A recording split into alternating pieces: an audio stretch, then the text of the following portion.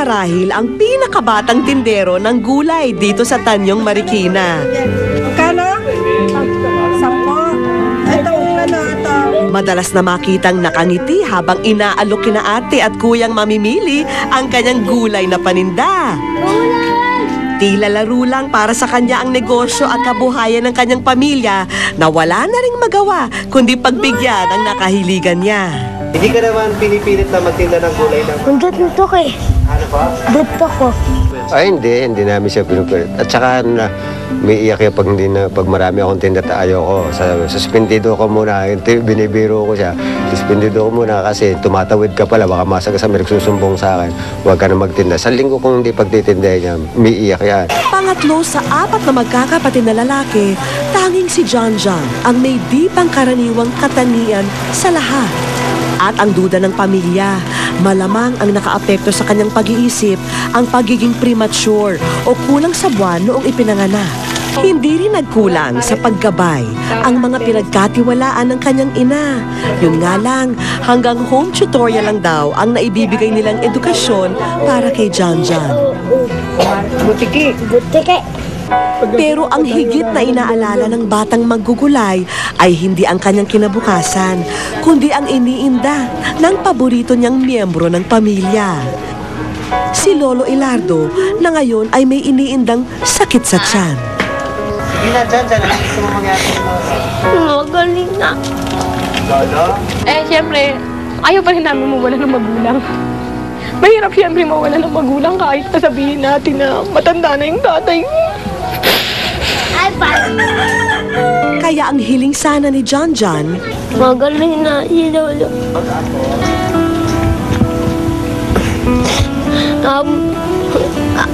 Ako maaral.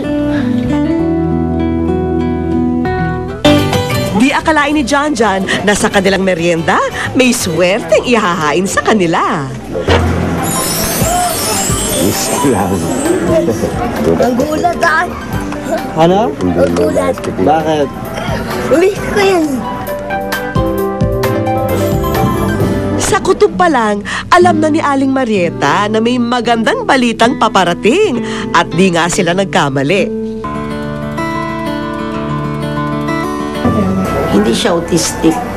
Kasi ang autistic, although merong different stages, walang focus. Itong batang itong si Richard, matalino siya, only delayed lang, at saka may difficulty in speech. Nako-correct natin yan kung ipapa-speech therapy natin. Yung kanyang mentality, nade-develop yan habang nag-aaral ang bata. Ilang kayo magkapatid? 4. Pang-ilang ka? Pangatlo.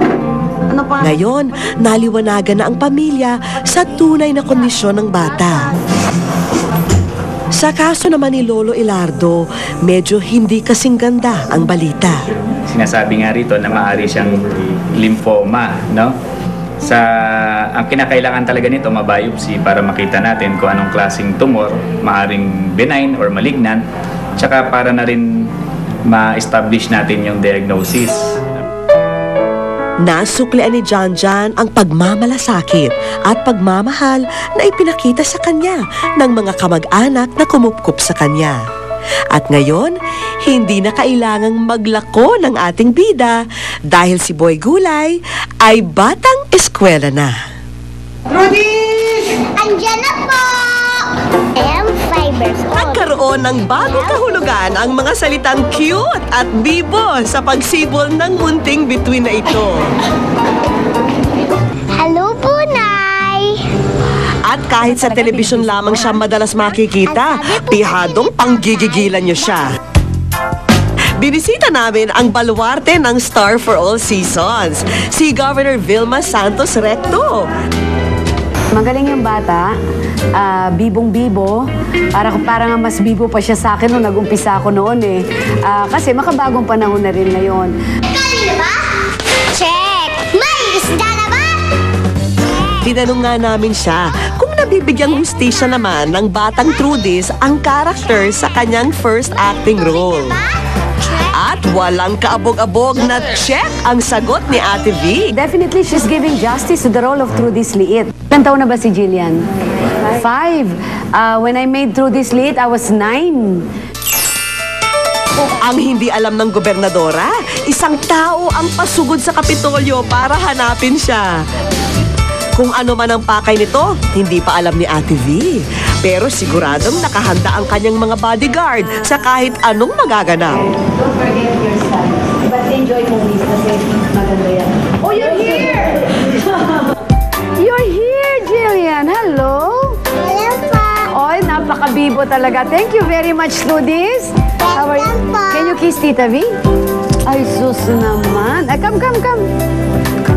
Thank you. So, ito ngayon si Trudis Liit. Sa unang enjoy ka sa pagkakataon, role mo? nagharap ang Trudis Liit noon at Madali Trudis ka bang Liit umiyak? ngayon. Apa.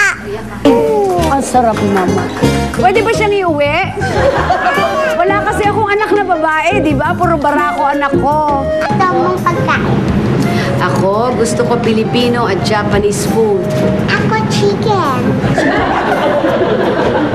Ako, chicken. And then, Okay, Jillian, coming from Tita V, make sure that you will study also, ha? That's very important, okay? apa. But at the same time, enjoy show business kasi nakikita ko, napakabibo mo, gusto mo talaga. Plus, she's very, very pretty.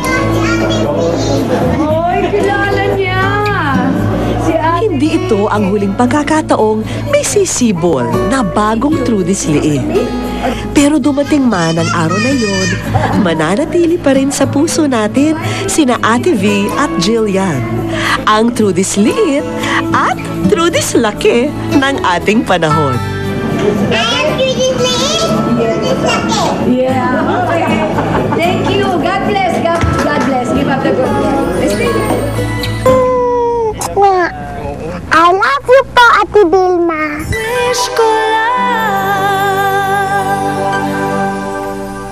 Ang hindi niya alam, gagawa kami ng mga bagong alaala para sa kanya ngayon.